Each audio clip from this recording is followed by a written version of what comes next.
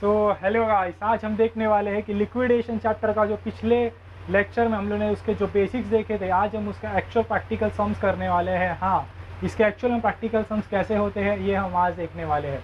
तो उसके लिए हम लोग एक ब्रीफ देख लेते हैं कि हम लोगों ने पिछले लेक्चर में क्या देखे थे। तो ये क्या है, एक लिक्विडेटर स्टेटमेंट ऑफ अकाउंट है जो कि एक लिक्विडेटर बनाते लिक्विडेट होते टाइम में कंपनी बनाती है। ठीक है, तो इसमें डेबिट साइड में जितने भी एसेट्स हम बेचेंगे वो रिकॉर्ड किए जाते हैं और जो भी हमारे पास पैसा आ रहा है वो सारे हम एसेट्स डेबिट साइड में ये अकाउंट के रिकॉर्ड करेंगे और जितनी लायबिलिटीज़ को हम पे ऑफ करेंगे उन्हें हम क्रेडिट में रिकॉर्ड करेंगे। ठीक है, तो अभी इसमें हम लोग को लायबिलिटीज़ पे करने का एक प्रॉपर सीक्वेंस है, तो और हम लोग को वो सीक्वेंस को फॉलो करना पड़ता है। तो ये सीक्वेंस ऐसे मैंने लिख के रखा हूँ, और अगर आपको ये नहीं समझ रही कि मैंने क्या लिखा हो तो मेरे पिछले वीडियो को देखिए, जो मेरा बेसिक्स ऑफ लिक्विडेशन का वीडियो है, जो कि आपको यहाँ पर बेल आइकन पर दिख रहा होगा, यहाँ पर टच कीजिए और वो वीडियो जाके देखिए और फिर आप इसे देखिए तो आपको ये और ज़्यादा अच्छे से समझेगा। तो मैं हूँ आशिक पिवाल और आपका मेरे चैनल एपी क्रिएटर में बहुत बहुत स्वागत है। आपको अगर मेरा ये वीडियो बहुत अच्छा लगे तो प्लीज़ इसे शेयर कीजिएगा, लाइक कीजिएगा और सब्सक्राइब ज़रूर कीजिएगा। ठीक है, तो चलिए हम स्टार्ट करते हैं कि एक्चुअल में प्रैक्टिकल प्रॉब्लम में क्या होगा। ठीक है, तो मैं अभी स्टार्ट कर रहा हूँ हमारे फर्स्ट सम से, लिक्विडेशन स्टेटमेंट ऑफ अकाउंट के। यस, तो अभी आप पूछिए कौन से बुक से आप कर रहे हो। तो जो बुक हमारे स्टोर्स में बीकॉम के लिए सबसे फेमसली अवेलेबल जो बुक है वही बुक है। अभी उसका नाम तो मैं लूँगा नहीं, आप समझ गए होंगे। ठीक है, आप बुक का नाम भी समझोगे। तो उसका ये क्वेश्चन नंबर 6 है। ठीक है, और चलिए मैं आपके लिए क्वेश्चन रीड कर देता हूँ। क्वेश्चन क्या बोलता है कि balance sheet of Not So Well company limited as on 31 December 2017 was as follow. ठीक है, सो इसके बाद में इसके बैलेंस शीट में एसेट साइड में दिए है लैंड एंड बिल्डिंग जिसका है 25,000, other fixed assets, stock, debtors, PNL and all assets and liabilities हमें दी गई है। ठीक है, तो अभी इसके हम एडजस्टमेंट पढ़ लेते हैं पहले क्या है। तो the company went into liquidation on that date, prepare the liquidator statement of account after taking into account the following. ठीक है, सो इसमें क्या बोलता है सबसे पहले कि जो liquidation expenses and liquidators remuneration amounted to ₹3,000 and 10,000 respectively. इसका फर्स्ट एडजस्टमेंट क्या बोलता है कि जो लिक्विडेटर का रेम्यूनरेशन है और लिक्विडेटर का जो कमीशन है वो है 3,000 एंड 10,000 रिस्पेक्टिवली। तो इसमें हमें सीधा सीधा दे दिया गया है और हम लोग को पता है कि हम लोग को सबसे पहले हम लोग कौन सा एक्सपेंसेस पे कर रहे हैं, हमारे legal charges, then liquidator remuneration, then liquidators commission. Okay, तो अभी ये सब करने से पहले हम लोग को क्या करना पड़ेगा, हमारे को हमारे एसेट्स लेने पड़ेंगे कि हमारे पास कितने सारे एसेट्स हैं। जब हमको पता होगा कि हमारे पास कितने एसेट्स हैं, मतलब कितना पैसा हमारे पास अवेलेबल है ये लायबिलिटीज़ को पे करने, तभी हम लोग पे कर पाएंगे ना। अगर हमारे पास पैसा ही नहीं होगा ये लायबिलिटीज़ को पे करने तो क्या हम लायबिलिटीज़ को पे कर पाएंगे? नहीं ना। तो इसीलिए सबसे पहले हमें ये देखना होगा कि हमारे पास पैसा कितना है, डेट हमारे एसेट्स को बेच के हमारे पास कितना पैसा आएगा। ठीक है, तो वो देखने के लिए हमें देखने पड़ेंगे कि हमारे कितने एसेट्स किस भाव पे हमने बेचे हैं, हमारे पास कितना कैश है एंड ऑल चीज़ें। ठीक है, तो अभी हम वो देखते हैं कि क्या होगा। तो हमारा सेकेंड एडजस्टमेंट बोलता है कि bank loan was secured by pledge of stock. क्या बोलता है, bank loan was secured against pledge of stock. इसका मतलब क्या कि हमारा जो बैंक, हमने बैंक से लोन लिए थे ना, वो है ना, हमें बैंक ने फुकट में नहीं दिया है। बैंक ने क्या किया, हमारा जो स्टॉक था ना उसको गिरवी रखा था। हमने अपने स्टॉक को गिरवी रखा तब जाके हमें वो बैंक से लोन मिला था। ठीक है, तो अभी हमारा वो गिरवी है, इतना समझो। ठीक है, इसका मतलब ये होता है। देन थर्ड एडजस्टमेंट बोलता है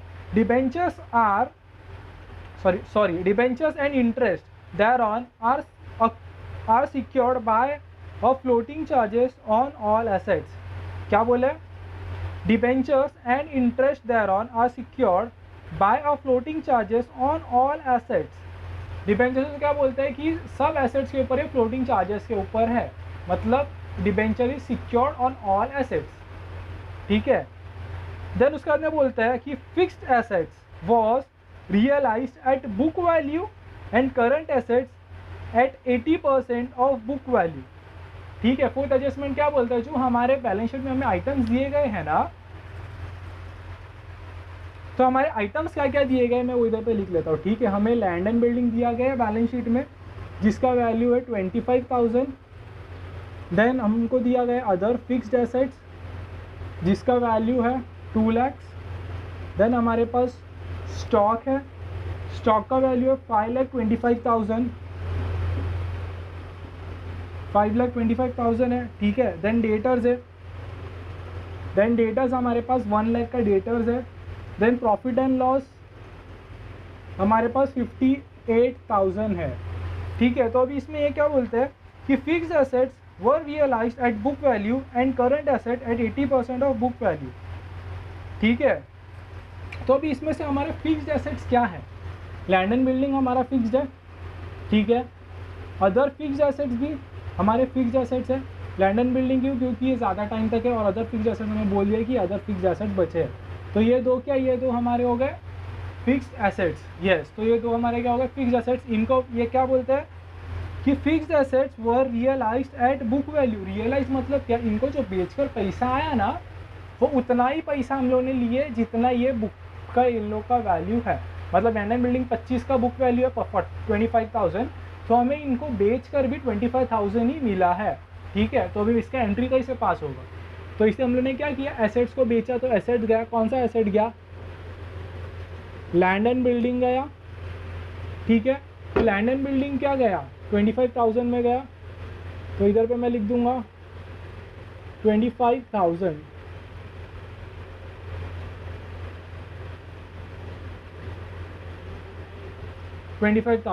ठीक है। देन उसके बाद में सेकेंड कौन सा था, other fixed assets. Other fixed assets कितने का, 12 लाख। रियलाइज भी 12 लाख, क्यों, क्योंकि वो बोलते हैं कि बुक वैल्यू पे ही रियलाइज हुआ। बुक वैल्यू मतलब क्या, जो ये वैल्यू है वही सेम वैल्यू पे हम लोग को बेच के उससे पैसे रिटर्न आए, ठीक है। तो हम लोग को रियलाइज होके भी कितना आया, 2 लाख रुपीज़, ठीक है। देन उसके बाद में क्या बोलता है आगे, अभी ये हमारा ये दो चीज़ हो गया, ठीक है, लेके फिक्स्ड एसेट्स हो गए। अभी नेक्स्ट पार्ट क्या बोलता है फोर्थ एडजस्टमेंट का, कि current assets at 80% of book value. अभी जो हमारे करंट एसेट्स है उसको 80% लिया है बुक वैल्यू के, ठीक है। तो पहले ये देख लेते कि हमारे करंट एसेट्स क्या है। करंट एसेट्स वो एसेट्स होते हैं जिसका वैल्यू 1 साल से कम होता है, ठीक है। तो अभी स्टॉक जो है वो हर साल हमारा आता है, हर साल में हम लोग स्टॉक को बेचते हैं, जो बच जाता है उसको आगे कैरी फॉरवर्ड करते हैं। तो स्टॉक का वैल्यू क्या होता है, 1 ईयर में खत्म हो जाएगा। तो हमारा जो स्टॉक है ये क्या है, ये करंट एसेट है, ठीक है। स्टॉक क्या है, करंट एसेट है। डेटर्स को भी हम लोग क्या, माल बेचते पैसा लेते हैं, वो 1 साल के अंदर का प्रोसेस होता है। और पीएनएल है ना, फिक्टिशियस होता है, तो फिक्टिशियस को हम लोग नहीं लेते हैं, ठीक है। ये एक्चुअली हमारा लॉस होता है, तो हम लोग लॉस को पे ऑफ नहीं करते इसमें। तो इसके लिए हमारा पीएनएल को हम लोग क्या कर देंगे, इग्नोर, ठीक है। देन उसके बाद में हमारा दो करंट एसेट्स क्या बचे, स्टॉक बचा और डेटर बचा। तो स्टॉक का वैल्यू कितना है, 5,25,000 है स्टॉक का, ठीक है। तो भी ये क्या बोलते हैं कि ये वाला जो हमने रियलाइज़ किया ना बेच के, रियलाइज मतलब क्या, इसको जब बेच के हम लोग कितना पैसा मिला, तो इसको बेच के ये बोलते हैं कि हम लोग ने ना ये जितना है इसको हम लोग ने इतने में नहीं बेचा, इसको हम लोग ने कितने बेचा, 80% में बेचा, समझा। ये जो है इसको हम लोग ने पूरा, सपोजिंगली 100 रुपये का आपके पास एक प्रोडक्ट था, ठीक है। आपने एक प्रोडक्ट खरीदा और उसको आप अपने दोस्त को बेच रहे हो, ठीक है। आपने उसको 100 रुपये में ख़रीदा और अभी आप अपने दोस्त को कितने में बेच रहे हो, 80 रुपीज़ में, ठीक है। तो इसका मतलब क्या हुआ कि आपने ख़रीदा था 100 का, बट अभी आपने बेचा कितना, 80% में उसको बेचा, समझा। तो ये बोलता है कि 80% में मैंने बेचा। तो अभी 80% सीधा सीधा किसका, ये जो बुक वैल्यू है इसका 80% हम लोग क्या करेंगे, 80% निकाल लेंगे, ठीक है। किसके लिए, स्टॉक के लिए। तो जब भी हम लोग इसका 80% निकालेंगे, ठीक है, 4,20,000, ठीक है। कैलकुलेटर पे कैसे लेने का, 5,25,000 इंटू 80%, जब इंटू 80% करोगे तो आपको ये अमाउंट आ जाएगा, ठीक है। तो ये हो गया स्टॉक का अमाउंट। ये किसका है, मेरे को स्टॉक का है। अभी डेटर्स कितना है, डेटर्स है हम लोग का 1 लाख रुपीज़। इसका भी, ये भी करंट एसेट है, तो बोलते जितने भी करंट एसेट है सबका हम लोग कितना निकालना है, 80% निकालना है, ठीक है। तो अभी इस हिसाब से इसका 80% क्या हो जाएगा, सीधा सीधा 80,000 हो जाएगा, ठीक है।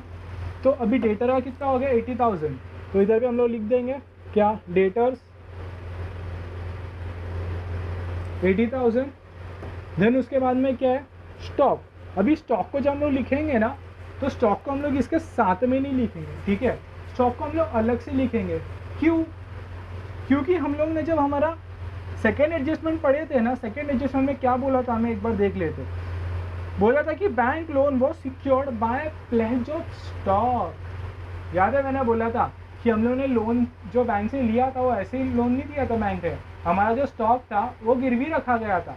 तो अभी गिरवी रखा गया था, इसीलिए इसका जो होगा ना, बैंक क्या करेगा, जो बैंक लोन था ना, ठीक है इसको छोड़ देते हम लोग, नॉर्मल एग्जांपल लेते। हम लोग ने बैंक से लोन लिया था 20,000 का, ठीक है, और वो लोन देने के लिए बैंक ने हमारे पास से सपोजिंगली हमारा जो हमारा घर को गिरवी रख लिया, ठीक है, 20,000 के लिए हम लोग ने हमारा घर गिरवी रखा है, ठीक है। तो अभी जब हम लोग वो लोन पे नहीं कर पा रहे, हम लोग ने 20,000 दिए ही नहीं, हम लोग कंगाल हो गए, तो अभी बैंक क्या करेगा, हमारा घर ले लेगा, ठीक है। तो हमारे घर को क्या करेगा, वो बेचेगा। तो हमारे घर को बेच के जो भी पैसा आएगा वो क्या करेगा, बैंक अपने पास रख लेगा और बाकी का पैसा दे देगा। मतलब अगर बैंक ने हमारा घर 40,000 में बेचा, तो बैंक क्या करेगा, अपना 20,000 और उसके ऊपर जो इंटरेस्ट होगा वो ले लेगा। मतलब अपना 20,000, इन सिंपल वर्ड्स, बैंक अपना 20,000 ले लेगा और बचा हुआ 20,000 क्या कर देगा, साइड में रख देगा, दैट इज हम लोग को दे देगा, ठीक है। तो अभी क्या करेंगे, तो अभी इसके लिए क्या होगा, अभी जो स्टॉक था, स्टॉक को हम लोग को बेच के कितना पैसा आया, तो स्टॉक को जब हम लोग ने बेचा, तो स्टॉक को बेच के हम लोग को आया 4,20,000 रुपीज़, ठीक है। तो अभी इसको क्या बोला था कि बैंक लोन लिए थे, तो हम लोग का लाइबिलिटी साइड पर जो बैंक लोन है ना, वो बैंक लोन था हम लोग का 4 लाख का। हम लोग ने बैंक में से लोन कितने का लिए है, 4 लाख का। तो अब जब इसको बेचा, तो बैंक सबसे पहला क्या बोलेगा, भाई पहला मेरा पैसा दे, भाई मैंने सिक्योर, इसके ऊपर से तूने मेरे से पैसे लिए थे, चल पहला पैसा निकाल। तो क्या करेगा बैंक, पैसा पहला ले लेगा, कितना, अपना 4 लाख लेके हट जाएगा बैंक। तो इसके जो स्टॉक का अमाउंट है उसमें से क्या हो जाएगा, माइनस हो जाएगा, क्या हो जाएगा, बैंक लोन कितना, 4 लाख रुपीज़, ठीक है। तो ये 4 लाख क्या हो जाएगा, माइनस। तो जब माइनस किया तो हम लोग को बचा कितना, एक्चुअल में 20,000 बचा। समझा क्या था, ये सबसे बेसिक सम है, ये समझ लेना बहुत अच्छे से, बाकी सब एकदम आराम से हो जाएगा। समझा कैसा आया। हम लोग का बेचा कितने में, स्टॉक बेचा हम लोगों ने 4,20,000 में, स्टॉक था 5,25,000 का, कितने में बेचा हम लोगों ने, 80% में बेचा। इसका मतलब क्या, जो स्टॉक का वैल्यू था वो कितना हो गया, अभी 4,20,000 होगा, 80% में बेचा उसको, कितने में बेचा, मतलब 4,20,000 रुपीज़ में हम लोगों ने उसको बेचा। तो अभी जो 4,20,000 रुपीज़ हमारे पास आया है, वो हमें सबसे पहले किसको देना पड़ेगा, बैंक लोन को। क्यों?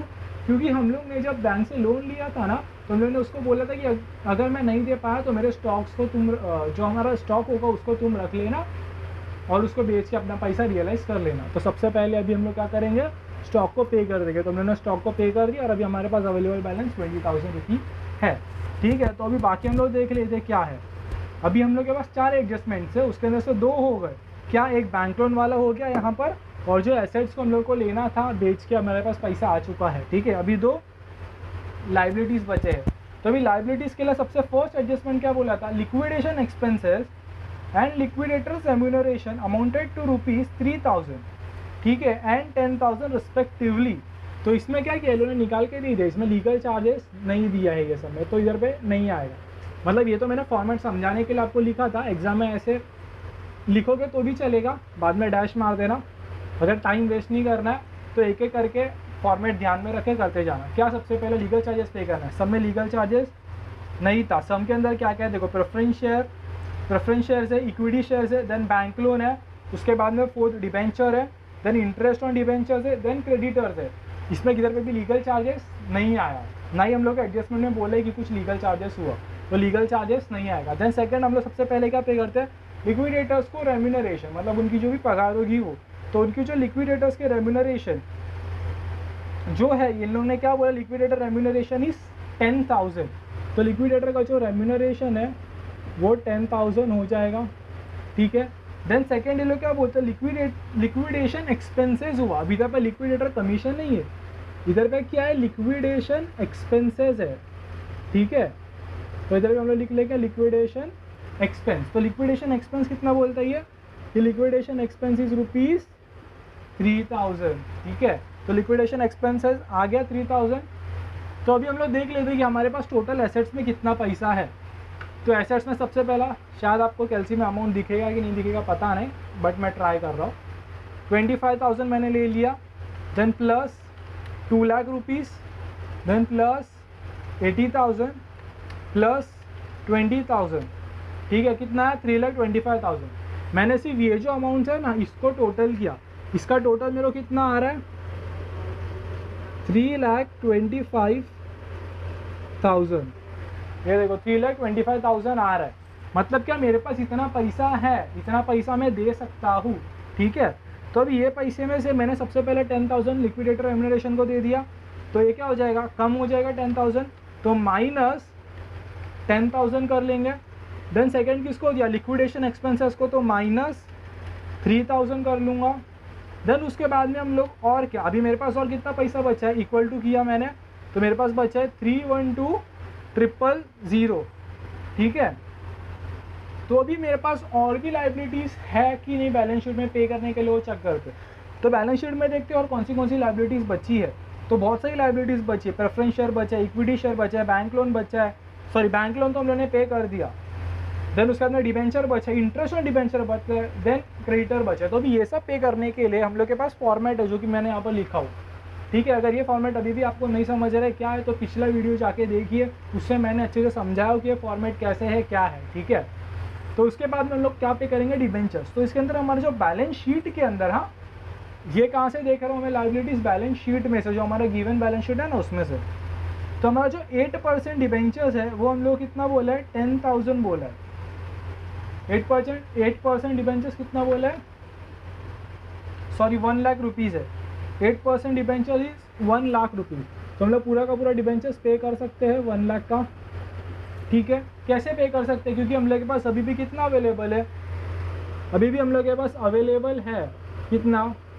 312,000, ठीक है। इतना अमाउंट अवेलेबल है। इसमें से मैं 1 लाख रुपया इसको पे कर दिया, तो मेरे पास और बचता है ना 212,000, ठीक है। तो इसमें से भी इधर पे माइनस करेंगे हम लोग, तो 212,000 बचेगा, ठीक है। देन अभी ये कब पे कर दिया डिबेंचर? क्या उसके बाद में क्या डिबेंचर के ऊपर कोई इंटरेस्ट है? देखते, हाँ। तो डिबेंचर के ऊपर नीचे ही बोला उन्होंने क्या? Interest outstanding on debenture is ₹8,000 बोला है ना। 8,000 क्या है? डिबेंचर्स के ऊपर इंटरेस्ट 8,000 का है, ठीक है। तो अभी ये 8,000 का डिबेंचर इसके बाद पे कर देंगे। क्यों पे कर पाए हम लोग? क्योंकि हमारे पास पे करने के लिए पैसा है। 2 लाख रुपए ना, 8,000 ही पे करना था, बहुत पैसा। तो इसके बाद हम लोग 8,000 और माइनस कर देंगे। तो हम लोग को माइनस किया तो कितना बचा? 204,000 बचेगा, ठीक है। तो अभी इसके बाद हम लोग को देखना है क्या हमारे पास क्रेडिटर्स है? हाँ है, क्रेडिटर्स है। सिर्फ हम लोग क्रेडिटर्स बोला है सब में। सिर्फ क्रेडिटर्स का मतलब होता है कि ये अनसिक्योर्ड है, ठीक है। अगर कोई क्रेडिटर सिक्योर्ड होगा तो उसको बोल के देंगे वो लोग कि सिक्योर्ड क्रेडिटर है या प्रेफरेंशियल क्रेडिटर है, ठीक है। अगर ऐसा कुछ स्पेसिफाई करते हैं तो ही उसे हम लोग क्या करेंगे? प्रेफरेंशियल के कैटेगरी में डालेंगे। अभी कुछ नहीं बोला, मतलब क्या हो जाएगा? ये हमारा अनसिक्योर्ड हो जाएगा। तो अनसिक्योर्ड क्रेडिटर्स कितना है टोटल? 2 लाख रुपीज़ का है, ठीक है। तो क्या हम लोग के पास 2 लाख रुपीज़ है? हाँ है। 2,04,000 है, तो हमारे पास ज़्यादा है, तो हम लोग इसको पे कर सकते हैं। तो सबसे पहले हमने पे कर दिया ₹2 लाख, ठीक है। देन इसके बाद में हम लोग को क्या पे करना है? इसके बाद में हम लोग का सीक्वेंस क्या बोलता है? Arrears of preference dividend. क्या ये सब में बोला था हम लोगों की arrear of preference dividend pay करना है? नहीं बोला है ही नहीं ना। किधर हम लोग को बोला ही नहीं कि अरियर्स तुमको पे करना है ही नहीं, अरियर्स सब पेड ऑफ है। उसके बाद में क्या? Preference shares. क्या प्रेफरेंस शेयर्स है? हाँ है। प्रेफरेंस शेयर्स कितने? ये वाला ध्यान से देखना। अभी हम लोग ने इसमें से 2 लाख रुपीज़ पे कर दिए, ठीक है। तो अभी हम लोग के पास बचा कितना है? 4,000 रुपीज़ हम लोग के पास बचा है। और अभी ये देखो हमारे पास जो टोटल प्रेफरेंस शेयर्स है, टोटल प्रेफरेंस शेयर्स हमारे ना 80,000 प्रेफरेंस शेयर्स है। कितने हैं? 80,000 प्रेफरेंस शेयर्स है। क्या उतना पैसा है क्या हमारे पास पे करने के लिए? 80,000 देना है हमें, हमारे पास पैसा 4,000 रुपये है। क्या हम लोग 80,000 दे सकते हैं क्या उसमें से? नहीं ना, नहीं दे सकते। तो इसके लिए जितना पैसा है ना उतना दे देने का पूरा पूरा। तो कितना बचा हम लोग के पास? 4,000 बचा। तो पूरा का पूरा 4,000 हम लोग प्रेफरेंस शेयर्स को दे देंगे, और अभी बाकी का 76,000 क्या, 76,000 अभी कुछ नहीं, कुछ पे नहीं करना उसको, वो ख़त्म हो गया, ठीक है। वो उतना ही हम लोग प्रेफरेंस शेयर्स को देंगे वैसा। तो अभी प्रेफरेंस शेयर्स को कितना मिलेगा, 4,000। तो बोलेंगे अरे सर अभी इक्विटी तो बचा है, ऐसे कैसे इक्विटी को कुछ नहीं मिलेगा। सो सेंसेक्स निफ्टी सुना है ना नाम, क्या शेयर्स में पैसा डूब जाता है, कब डूबता है, जब कंपनी कंगाल हो जाती है, कंपनी के पास कुछ नहीं बचा, समझा। तो इसके लिए कंपनीज क्या करती है, सेंसेक्स निफ्टी में क्या करती है, अपनी इक्विटीज़ बेचती है।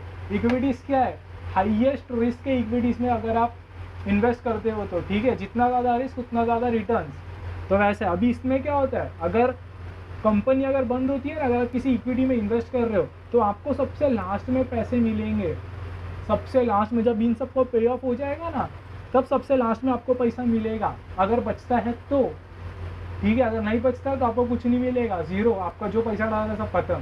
तो वही इसमें भी, इसको कुछ नहीं मिलेगा अभी, ख़त्म, बस इतना ही समझता है, समझा। वैसे प्रेफरेंस शेयर्स भी, प्रेफरेंस शेयर में क्या बोलता है कि भाई मैं तेरे को प्रेफरेंस देता हूँ कि मैं तेरे को इक्विटी से पहले पे करूँगा, बट इसको भी पहले ये सब पे होंगे तो मिलेगा। तो ऐसे इसमें भी क्या है, रिस्क है, इसमें भी रिस्क है, हाइयर रिस्क है, हाईएस्ट इसमें है, इसमें हाइयर रिस्क है।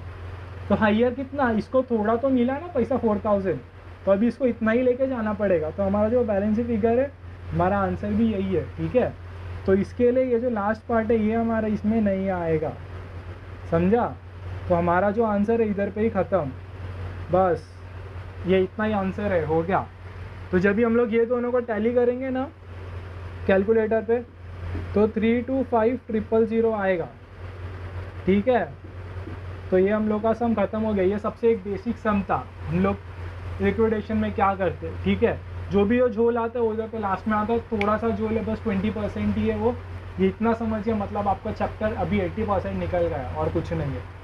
तो अगर आपको अभी भी नहीं समझा तो एक और बार प्लीज़ इस वीडियो को रिवाइंड कीजिए और एक बार फिर से देखिए, और ये देखने से पहले वो बेसिक वाला ज़रूर देखिएगा, क्योंकि बेसिक और ये पूरा कनेक्टेड है। अगर आपको वो समझा तो ही आपको ये समझेगा, ठीक है। तो ये दोनों को साथ में देखिए, अगर नहीं समझा तो एक और बार देखिए, और फिर भी नहीं समझा तो कमेंट बॉक्स में मुझे डाउट पूछिए, ठीक है। मैं आपको वो डाउट आपका क्लियर करूँगा। आपको उसके ऊपर चाहिए तो मैं एक सल्यूशन बना के आपको उसका स्क्रीनशॉट डाल दूँगा, ठीक है। सो इसी के साथ अभी तक आप लोगों ने मेरे चैनल को लाइक तो कर ही दिया होगा, सब्सक्राइब तो पहले से ही किए है मुझे पता है, और शेयर तो अभी आप कर ही दोगे, ठीक है। सो बाय।